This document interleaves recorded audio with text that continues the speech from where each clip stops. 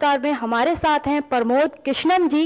बहुत बहुत स्वागत है आपका प्रमोद कृष्णम जी। सबसे पहले सर मैं आपसे पूछना चाहूंगी, बाबा रामदेव की अकूत संपत्ति का आपने खुलासा किया तो, और आपने उन पर जो है मुकदमे भी डाले, तो उसमें आगे क्या कार्यवाही रही? मैंने और कुछ भारत के संतों ने 29 अप्रैल 2011 को भारत की राष्ट्रपति महोदया से हमने एक कंप्लेंट उनको दी, एक ज्ञापन दिया, जिसमें हम लोगों ने ये मांग की कि बाबा रामदेव जी के ऊपर बहुत से आरोप लग रहे हैं तो इनकी जांच होनी चाहिए। दूसरा, आचार्य बालकृष्ण जो हैं वो नेपाल के नागरिक हैं।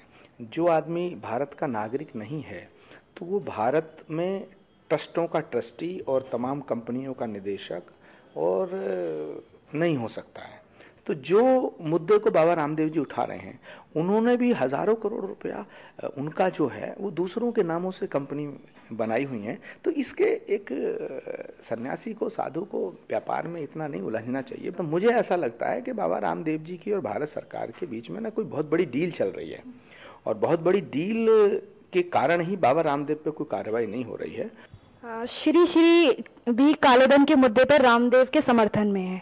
क्या ये रामदेव को मरणावस्था से बचाने की कोशिश है या कालाधन के लिए स्टंट था? कहीं ना कहीं जाकर के जिस मुद्दे को ये उठा रहे हैं लोग कि काले धन को वापस लाओ, काला धन का पर्दाफाश करो, तो जो व्यक्ति खुद काले धन से साम्राज्य खड़ा करे, है ना, तो उस पर मुझे लगता है थोड़ा कहीं ना कहीं गड़बड़ है। अब जैसे बाबा रामदेव जी कहते हैं कि 400 लाख करोड़ धन, भाई ये फिगर कहां से आई आप पर?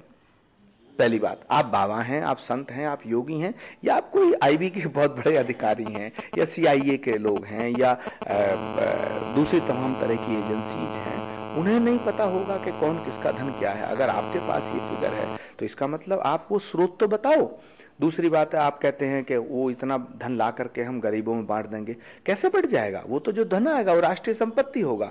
तो ये कहते हैं कि हर गांव में किसी ना किसी को रोजगार मिल जाएगा, 1-1 लाख रुपया हर घर में आ जाएगा। ये सब बेवकूफ़ी की बातें हैं। मुझे लगता है ये सब इन्हें नहीं करना चाहिए। स्वामी चिन्मयानंद की एक शिष्या ने जो है बलात्कार का आरोप लगाया है। हो सकता है उनका उनका संबंध कितना गहरा रहा है मैं उसमें नहीं कह सकता हूँ, ये उनका निजी मामला है। पर इतना मैं जरूर कह सकता हूँ कि बलात्कार अगर कहीं होता है तो उसका वो एक दिन एक घटना होती है, वह उसकी निंदा जितनी की जाए उतनी कम है। अगर उन्होंने अपनी शिष्या के साथ बलात्कार किया तो इसकी एक गंभीर और उच्च स्तरीय जांच होनी चाहिए, तो उन्हें दंडित होने का